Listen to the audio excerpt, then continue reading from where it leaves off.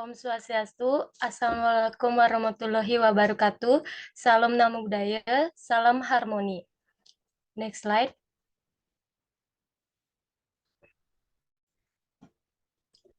Terima kasih atas kesempatannya. Di sini kami dari kelompok 10 akan menjelaskan materi tentang PPN dan PPNBM.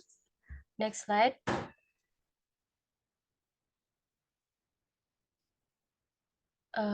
Sebelum lanjut ke pembahasan materi, izinkan kami memperkenalkan diri terlebih dahulu.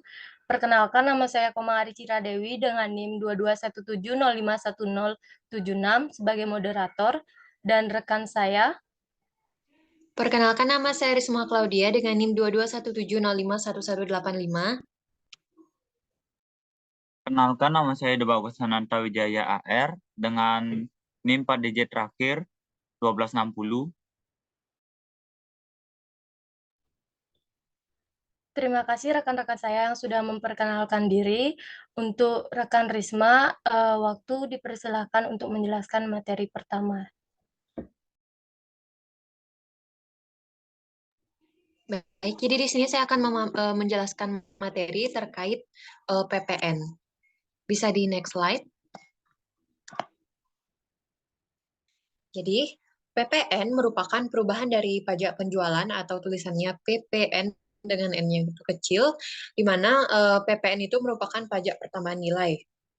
PPN ini diatur dalam Undang-Undang Nomor 8 Tahun 1983, diubah karena PPN itu sudah tidak sesuai dengan perkembangan ekonomi. Jadi, PPN sendiri merupakan pajak yang dikenakan atas konsumsi dalam negeri, baik yang dilakukan oleh orang pribadi maupun badan. Next slide. Jadi di sini ada karakteristik PPN. Yang pertama, pajak atas konsumsi. PPN dibebankan kepada konsumen atau orang yang membeli barang kena pajak. Misalnya, pembelian bahan pokok ataupun tambang. Yang kedua ada PPN merupakan pajak tidak langsung. Konsumen yang membayar PPN melalui penjual dan tidak langsung ke kas negara, maka PPN disebut sebagai pajak tidak langsung. Misalnya dalam kegiatan jual beli, konsumen akan membayarkan PPN kepada penjual, kemudian penjual tersebut akan melaporkan pajaknya kepada kas negara. Yang ketiga, PPN merupakan pajak yang bersifat objektif. PPN dipungut tidak melihat dari subjek pajaknya, melainkan dari sisi objek. Artinya bagaimanapun kondisi wajib pajak, apabila terdapat sebuah peristiwa yang menyebabkan terhutang PPN, maka wajib pajak harus melunasi PPN tersebut. Yang keempat itu ada menggunakan tarif tunggal. Berbeda dengan pajak penghasilan yang menggunakan tarif pajak progresif, PPN menggunakan tarif pajak tunggal, artinya berapapun nilai BKP atau JKP, maka tarif yang digunakan tetap sama, yaitu 10%. Tapi pada tanggal 1 Januari tahun 2025 itu nanti akan berubah menjadi 12% yang disesuaikan dengan keadaan ekonomi negara. Yang kelima, PPN merupakan pajak yang dikenakan atas konsumsi dalam negeri. PPN merupakan suatu pajak yang didasarkan atas sebuah destinasi. Artinya, jika pengusaha melakukan impor barang, maka atas barang impor tersebut akan terhutang PPN dengan harapan komoditas lokal bersaing dengan barang impor.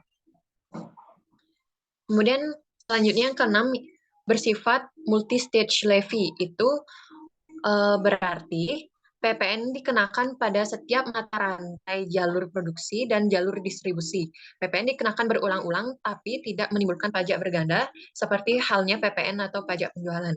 Dan yang terakhir ada indirect subtraction method, yaitu mekanisme perhitungan pajak pertama nilai dengan menggunakan metode pengurangan secara tidak langsung. Next slide.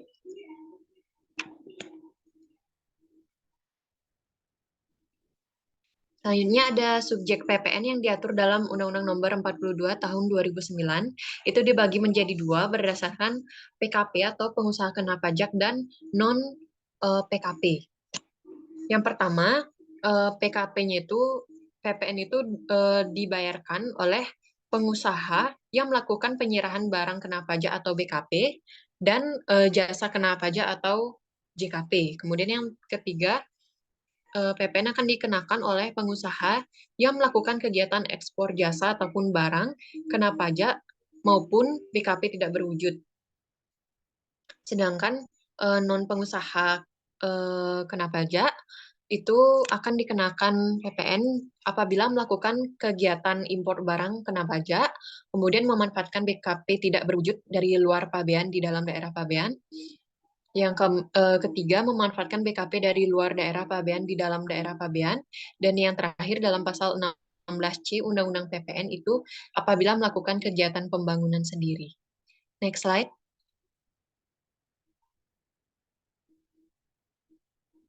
Oke, selanjutnya objek PPN dalam Undang-Undang Nomor 42 Tahun 2009 itu diatur dalam pasal 4 ayat 1. Yang pertama, secara umum objek PPN akan dikenakan sesuai dengan subjeknya yang sudah disebutkan tadi, di mana objeknya itu yang terkena adalah penyerahan BKP dalam daerah pabean. Daerah pabean dalam hal ini artinya batas-batas daerah tertentu, misalnya kalau di Indonesia ada batas dalam daerah laut, itu namanya ZEE atau zona ekonomi eksklusif, seperti itu.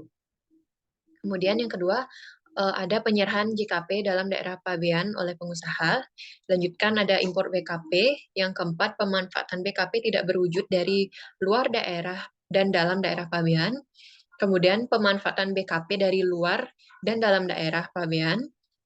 Kemudian ekspor BKP tidak berwujud oleh PKP, ekspor BKP oleh PKP atau pengusaha kena pajak, dan ekspor JKP oleh pengusaha kena pajak. Next slide. Selanjutnya, objek PPN secara khusus itu seperti yang sudah disebutkan tadi dalam subjek pajaknya, ada kegiatan membangun sendiri atau KMS yang dilakukan tidak dalam kegiatan usaha atau pekerjaan oleh orang pribadi atau badan yang hasilnya digunakan sendiri atau digunakan pihak lain. Misalnya, jika kita melakukan pembangunan rumah, maka itu akan tetap terkena PPN.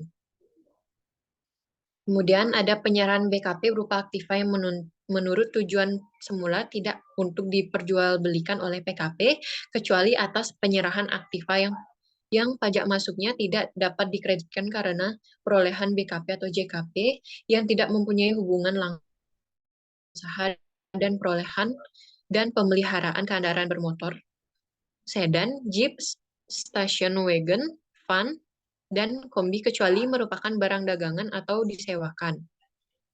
Next slide. Nah, tadi sudah dijelaskan objek PPN. Berikut adalah yang bukan termasuk objek PPN. Yang pertama ada jenis barang, yaitu barang hasil pertambangan atau hasil pengeboran yang diambil langsung dari sumbernya, tidak termasuk hasil pertambangan batu bara. Yang kedua ada barang kebutuhan pokok, kemudian yang ketiga ada emas. Untuk jenis jasa itu ada jenis jasa keagamaan, kesenian, hiburan, jasa perhotelan, jasa yang disediakan oleh pemerintah dalam rangka menjalankan pemerintahan secara umum, kemudian jasa penyedia tempat parkir, dan jasa boga atau catering.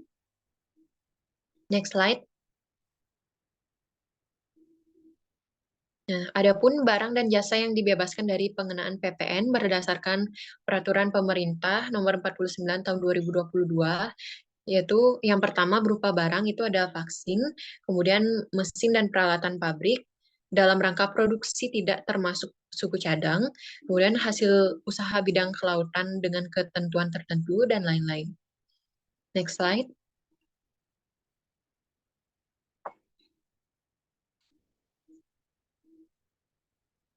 Kemudian yang berupa jasa itu ada jasa pelayanan kesehatan medis, pelayanan sosial, pengiriman surat perangko, keuangan, asuransi pendidikan, dan jasa-jasa lain yang dikeluarkan oleh pemerintah untuk membantu kegiatan perekonomian ataupun kehidupan masyarakat Indonesia.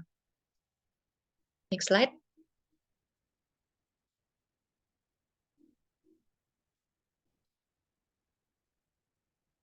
Ini yang tadi. Next. Lagi.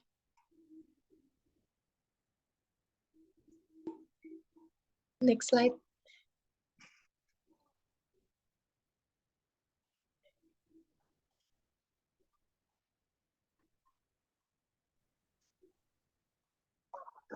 Selanjutnya ada nilai tarif PPN, itu tarif PPN tunggal itu sebesar 10%, di mana tarif PPN ini menyesuaikan objek terutang. Tarif PPN menjadi 11% pada periode April 2022 dan secara bertahap akan naik sebesar 12% seperti yang sudah tadi saya sampaikan, yaitu pada Januari tahun 2025 disesuaikan dengan keadaan ekonomi negara.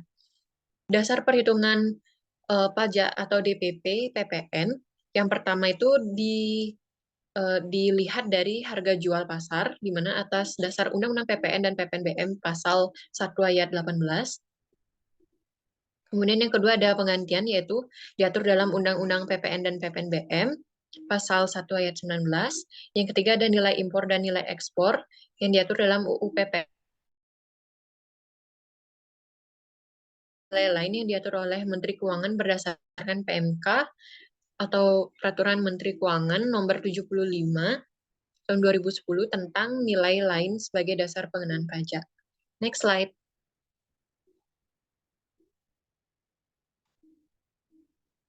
Slide selanjutnya. Nah, tadi kan sudah dijelaskan bahwa salah satu dari perhitungan dasarnya itu ada berdasarkan peraturan PMK nomor 75 tahun 2010. Nah, adapun isinya, yang pertama untuk pemakaian sendiri, selanjutnya ada untuk pemberian cuma-cuma menggunakan harga jual atau penggantian setelah dikurangi laba kotor. Yang ketiga untuk penyerahan film cerita. Selanjutnya ada penyerahan produk hasil tembakau, di mana hasil tembakau ini merupakan salah satu faktor perekonomian yang cukup besar di Indonesia sebagai negara agraris. Kemudian yang kelima untuk BKP berupa persediaan dan atau aktiva yang menurut tujuan semula tidak untuk diperjualbelikan. Kemudian ada untuk penyerahan BKP dari pusat ke cabang atau sebaliknya. Untuk penyerahan BKP melalui pedagang perantara. Kemudian untuk penyerahan BKP melalui juru lelang. Ada penyerahan jasa pengiriman paket, penyerahan jasa biru perjalanan wisata, dan untuk penyerahan jasa pengurusan transportasi yang di dalam tagihan jasa pengurusan transportasi tersebut. Next slide. Sekian presentasi dari saya. Untuk waktu saya kembalikan pada moderator. Terima kasih. Baik, di sini saya akan menjelaskan materi tentang faktor pajak. Nah, apa sih faktor pajak itu? Next slide.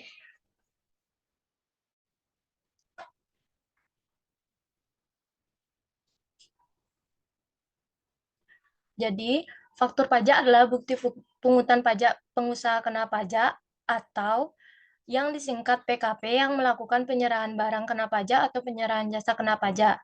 Dalam artian, pada saat PKP menjual suatu barang atau jasa kena pajak, ia harus menerbitkan faktur pajak sebagai tanda bukti dirinya telah memungut pajak dari orang yang telah membeli barang atau jasa kena pajak tersebut. Next slide. Adapun pada faktur pajak ini memiliki fungsi, yaitu yang pertama bukti pungutan pajak bagi PKP penjual, yang kedua bukti pembayaran pajak dari pembeli BKP atau penerima JKP atau yang mengimpor BKP, dan yang terakhir sebagai sarana untuk mengkredit PM. Next slide.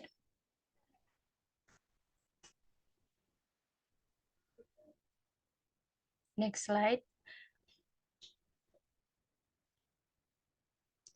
Nah, ada 7 syarat faktur pajak. Yang pertama, nama, alamat, NPWP yang menyerahkan BKP atau JKP. Yang kedua, nama, alamat, NPWP yang menerima BKP atau JKP. Yang ketiga, jenis barang atau jasa, jumlah harga jual atau penggantian dan potongan harga. Yang keempat, PPN yang dipungut. Yang kelima, PPNBM yang dipungut kalau ada. Yang keenam, kode, nomor seri, dan tanggal pembuatan faktur pajak. Dan yang terakhir, nama dan tanda yang berhak menandatangani faktur pajak.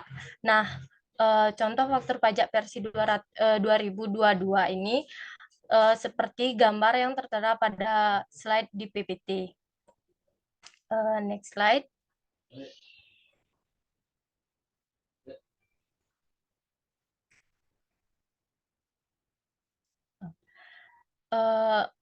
Adapun 7 jenis-jenis faktur pajak. Yang pertama, faktur pajak keluaran adalah faktur pajak yang dibuat oleh pengusaha kena pajak saat melakukan penjualan terhadap barang kena pajak, jasa kena pajak, dan atau barang kena pajak yang tergolong dalam barang mewah.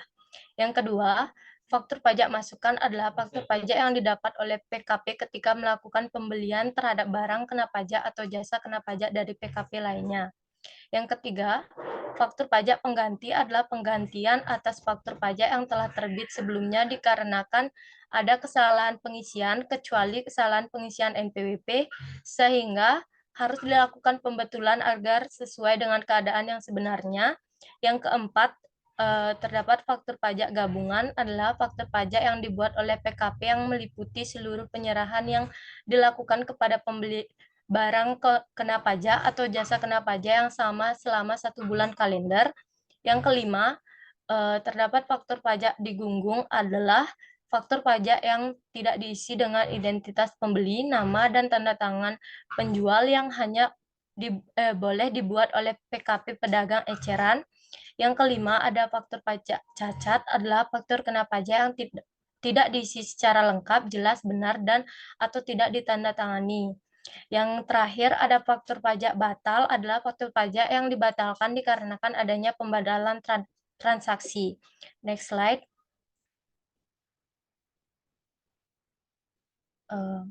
Nah, pada pelaporan PPN ini, mekanisme pelaporan PPN harus diisi dengan lengkap, benar, dan ditandatangani oleh yang pertama, pengurus atau direksi bagi PKP badan, yang kedua, wajib pajak yang tercantum dalam kartu NPWP dan nomor pokok PKP, dan bentuk SPT masa PPN itu ada 3. Yang pertama, Form 1111 merupakan SPT masa PPN induk. Yang kedua, Form 1111A merupakan pajak keluaran. Dan yang terakhir, Form 1111B merupakan pajak masukan.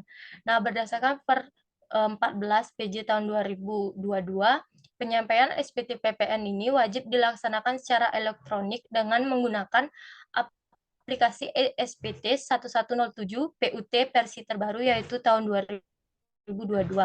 Next slide.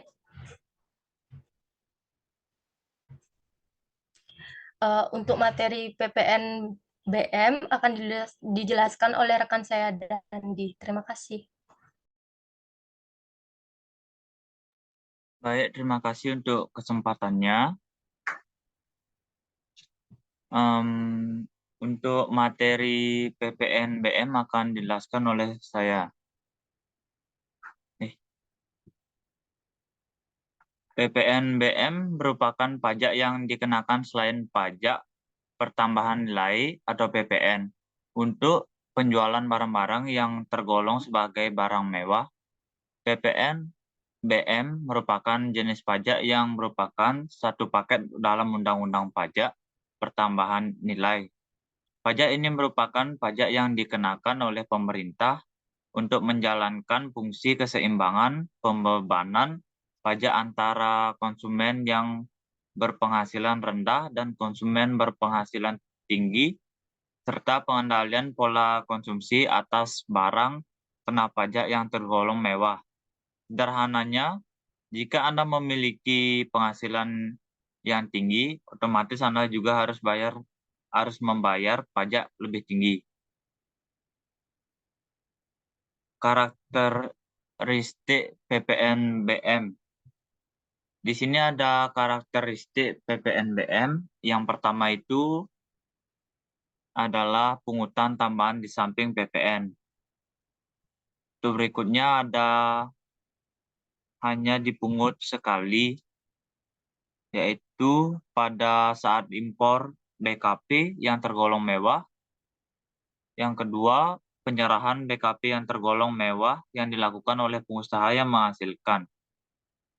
Yang ketiga, tidak dapat dikreditkan. Keempat, apabila eksportir mengekspor BKP yang tergolong mewah, PPN BM yang dibayar saat perolehan dapat diminta kembali.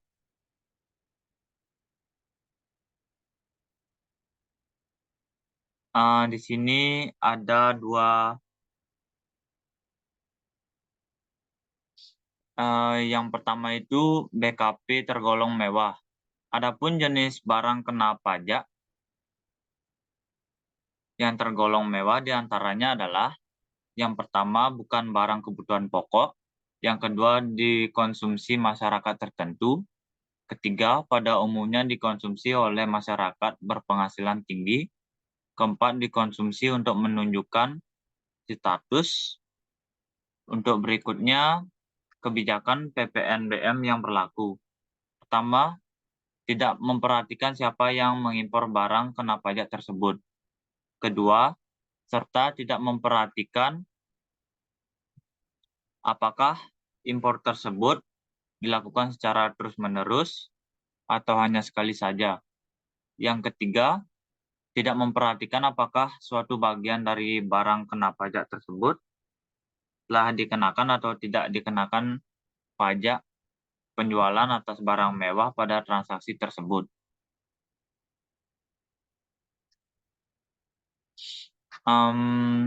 Berikutnya ada tarif PPNBM. Untuk yang pertama itu tarif pajak 10% untuk kendaraan umum kategori tertentu, alat rumah tangga, alat pendingin, hunian mewah, televisi, dan minuman bebas alkohol. Yang kedua, tarif pajak 20% untuk kendaraan bermotor kategori tertentu, alat fotografi, permadani, dan peralatan olahraga impor. Yang ketiga, ada tarif pajak 25% untuk kendaraan bermotor berat dan berbahan bakar solar. Yang keempat, ada tarif pajak 35% untuk minuman bebas alkohol, barang berbahan kulit impor, batu kristal, bis, dan barang pecah belah. Berdasarkan PMK nomor 33 2017 tentang perubahan atas peraturan Menteri Keuangan nomor 64 per PMK 011 tahun 2014 tentang jenis kendaraan bermotor yang dikenai pajak penjualan atas barang mewah dan tata cara pemberian pembebasan dari pengenaan pajak penjualan atas barang mewah STD-TD PP 61 tahun 2020. Untuk sekian penjelasan dari saya. Untuk selanjutnya akan saya serahkan ke moderator. Terima kasih. Sekian presentasi dari kami. Jika terdapat kesalahan kata atau kekurangan lainnya, mohon dimaafkan. Terima kasih untuk rekan-rekan semuanya. Saya tutup dengan Parama Santi. Om Santi Santi Santi Om. Assalamualaikum warahmatullahi wabarakatuh. Salam Namo Buddhaya, salam harmoni.